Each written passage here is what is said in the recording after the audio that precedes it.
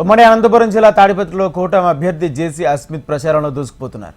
MLA అభ్యర్థి మిత్రపక్షాల కూటమి నాయకులతో కలిసి తాడిపత్రి మండలంలో ప్రచారంలో పాల్గొన్నారు. తాడిపత్రి మండలంలో పెద్ద పడమల, రావి వెంకటంపల్లి, తేరన్నపల్లి, బొందలదిన్నె గ్రామాల్లో రోడ్లు షో నిర్వహించారు. తన ఎమ్మెల్యేగా గెలిచిన వెంటనే తాడిపత్రి మండలంలో 30,000 ఎకరాలకు సాగునీరు అందించే హెచ్ఎల్సీ కాలువకు నీరు అందించడమే ప్రధాన లక్ష్యమన్నారు జేసీ అస్మిత్. రైతులకు 90% సబ్సిడీతో డ్రిప్పులు, సబ్సిడీ ధరలతో వ్యవసాయ పరికరాలు అందిస్తామన్నారు. రైతులపై ప్రేమ ఉంటే 2019 తర్వాత వర్షాలు ఎక్కువగా కురిసిన రిజర్వాయర్లలో పుష్కలంగా నీటి నిల్వలు ఉన్నా హెచ్ఎల్సీ కాల్వకు ఎమ్మెల్యే పెద్దారెడ్డి ఎందుకు విడుదల చేయలేకపోయారని ప్రశ్నించారు. అక్కడక్కడ పూర్తి చేశారు, అయినా ఇబ్బంది లేదు. చినుకు వాన పడినప్పుడు కూడా మనం ఖచ్చితంగా ఆఫీసర్లతో పోరాడి మీకు నీళ్ళు వచ్చేటట్టుగా చేశారు.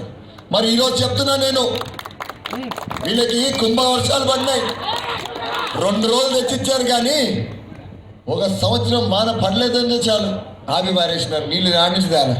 నేను ఈరోజు చెప్తున్నా, రేపు మన ప్రభుత్వం రాగానే వాన పడినా లేకపోయినా ఖచ్చితంగా హెచ్ఎల్సీ నీళ్ళ పైన అయితే పోరాడతానని చెప్పి ఒక్కసారి మన ఊరు బాగుండాలి, అభివృద్ధి బాటలు నడచాలంటే ఖచ్చితంగా ఒక్కసారి ఆలోచించి ఓటేస్తారని చెప్పి మరొక్కసారి మీ అందరినీ కోరుకుంటున్నాను. ఏమమ్మా, ఏదో పథకాల కోసం చేయకూడదు, ఏదో బటన్ నొత్తుతున్నాడు నాకు డబ్బులు పడినాయని కాదు.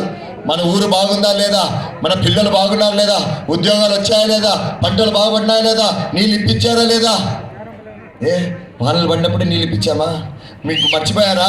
దివాకర్ రెడ్డి గారు ఎంపీ ఉన్నప్పుడు, ప్రభాకర్ రెడ్డి గారు ఎమ్మెల్యే ఉన్నప్పుడు సంతకాలు పెట్టలేదా రిజైన్ చేస్తామని చెప్పి? 50 కాలం నీళ్ళు తెప్పించుకున్నారు. అది రాజకీయ నాయకుడు అంటే. ఎవరైతే వాళ్ళ ప్రజలతో ఏకమై మమైకమై అడుగులు అడుగేసి కష్టాల్లో నష్టాలు ఎక్కడ చూసినా వాళ్ళకి సొంతంగా అనుకుని ముందుకు తీసుకెళ్తారో వాళ్ళు రాజకీయ నాయకుడు అంటే. ఈరోజు చెప్తున్నా వినండి గట్టిగా, ఖచ్చితంగా వినాల్సిందే మీరు. రేపు కానీ నన్ను ఓట్లేసి గెలిపించాక మీరంతా ఏ విధంగా స్ఫూర్తిగా మా పెద్దనాన్నగారు, నా నాన్నగారు నిలిచారో నాకు వాళ్ళకంటే 10 రెట్లు పనిచేస్తా.